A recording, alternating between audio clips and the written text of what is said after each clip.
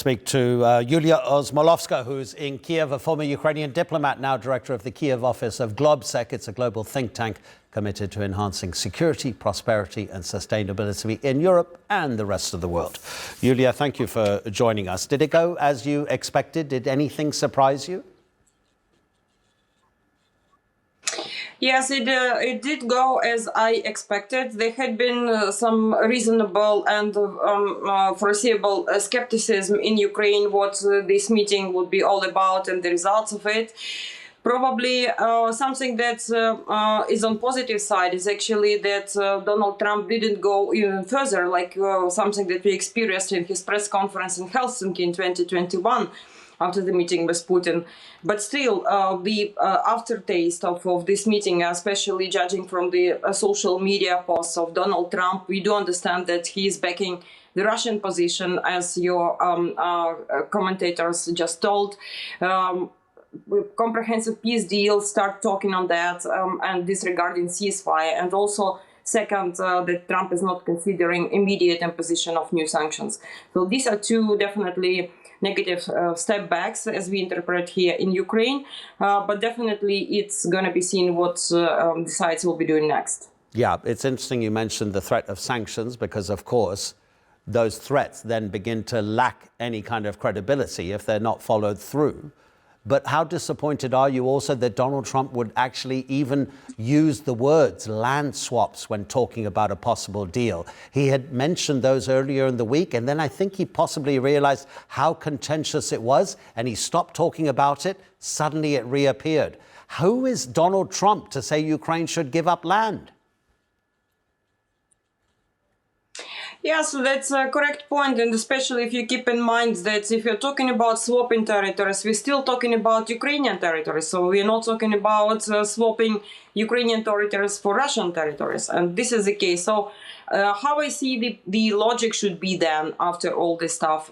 Donald Trump is definitely making this channel diplomacy at the moment, but it's up to two leaders to sit down and to discuss how they would frame this peace settlement process as such, because Ukrainian side is demanding ceasefire, which is a reasonable step, whereas Russian position you also know. So the next logical step should be the meeting of these three leaders with the presence of European leaders, and I think that's the most natural. Then we might be coming back to the idea expressed by the president of Turkey, Mr. Erdogan, that this should be done, or they offered actually their platform to have this meeting in Turkey. What are the dangers of Volodymyr Zelenskky sitting with President Trump on Monday and Trump telling him, I've done everything I can, now you have to make the deal? He's already indicating that it's now down to Volodymyr Zelenskky to do the final push for a deal. Because if Volodymyr Zelenskky doesn't have American backing, it's going to be very, very difficult for him to